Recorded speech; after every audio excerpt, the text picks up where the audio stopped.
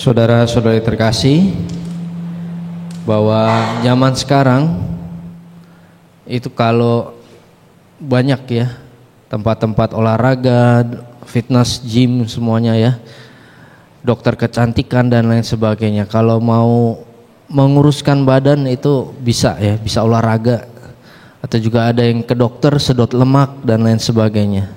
Suatu kali ada seorang ya datang ke dokter kecantikan, saya mau kurus katanya, gitu ya. Saya mau kurus, ya harus diet, harus olahraga. Ada cara yang lebih mudah nggak, dok? Katanya ada, sedot lemak katanya. Berapa? Wah, puluhan juta katanya. Wah, mahal sekali.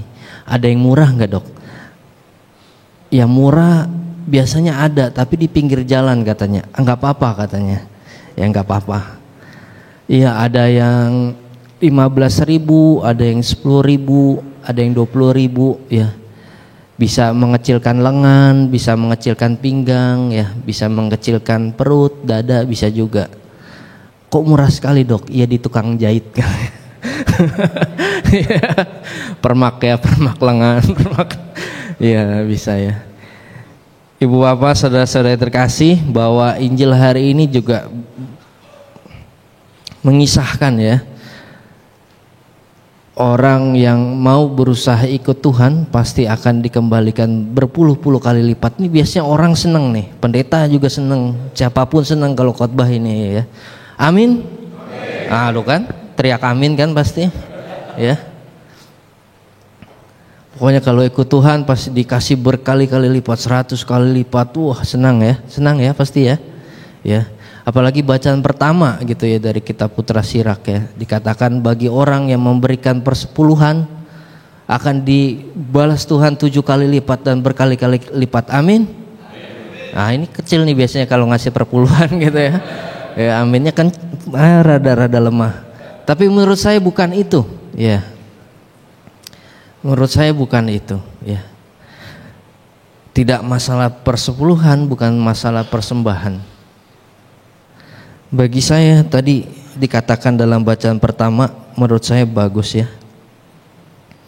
Intinya itu ada di belakang bacaannya. Jangan mencoba menyuap Tuhan sebab tidak akan Ia terima. Menarik ya. Bukan soal persepuluhan, bukan soal banyaknya kita kasih duit ke gereja, ke pendeta, ke pastor dan lain sebagainya. Lalu kita bebas, pasti kita akan diberikan Tuhan rahmat yang berlimpah-limpah. Enggak, bukan begitu. Jangan mencoba menyuap Tuhan sebab Ia tidak akan terima. Bukan persembahan, barang, uang, lain sebagainya, bukan. Bagi saya salah satu kitab Mazmur yang baik ya, dikatakan persembahan yang hidup yang berkenan kepada Allah. Bukan kurban bakaran, tetapi hati yang bertobat. Kita sebentar lagi memasuki masa Prapaskah, Rabu Abu. Menurut saya persembahan yang layak bagi Tuhan adalah hati yang bertobat. Bukanlah barang, bukanlah apa. Tuhan tidak bisa disuap, tidak akan terima. Seperti dalam tadi Mazmur yang dibacakan oleh Bapak juga, orang yang jujur jalannya akan menyaksikan keselamatan yang dari Allah. Bukan dikatakan orang jujur, bukan orang kaya, orang memberi sumbangan dan lain sebagainya. Orang jujur punya hati yang baik.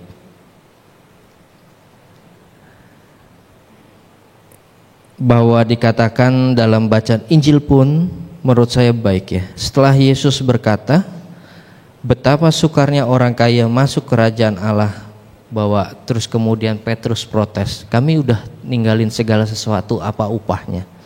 Ya. Menurut saya ini terkait dengan bacaan kemarin, orang kaya masuk kerajaan Allah itu sulit.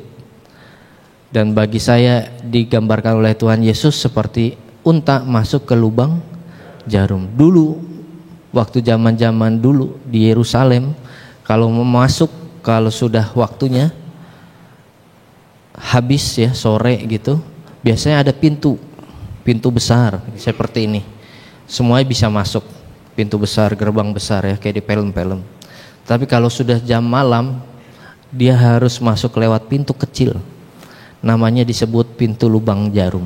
Maka kalau mau masuk ke dalamnya, ada yang bawa unta, bawa barangnya harus dilepas supaya untanya bisa turun dan dia bisa masuk merangkak bersama orangnya. Maka ibu bapak, saudara-saudari terkasih, betapa sukarnya masuk ke dalam kerajaan surga bukan masalah persembahan, bukan masalah uang, bukan masalah barang, tetapi diri kita harus jujur, diri kita harus bertobat. Tidak semua orang tidak berlaku hanya yang di penjara, tetapi semua, mau yang di luar, mau di dalam, sama semuanya. Semoga persembahan diri kita itu menjadi persembahan yang berharga, persembahan hidup kita. Apa yang kita lakukan, apa yang kita katakan, kita lakukan dengan baik. Semoga dengan begitu Tuhan mencurahkan rahmat, bukan berkali-kali lipat dan lain sebagainya, bukan, tetapi hati yang damai, karena kita tahu yang kita perjuangkan itu yang baik dan benar. Kemuliaan kepada Bapa dan Putra dan Roh Kudus.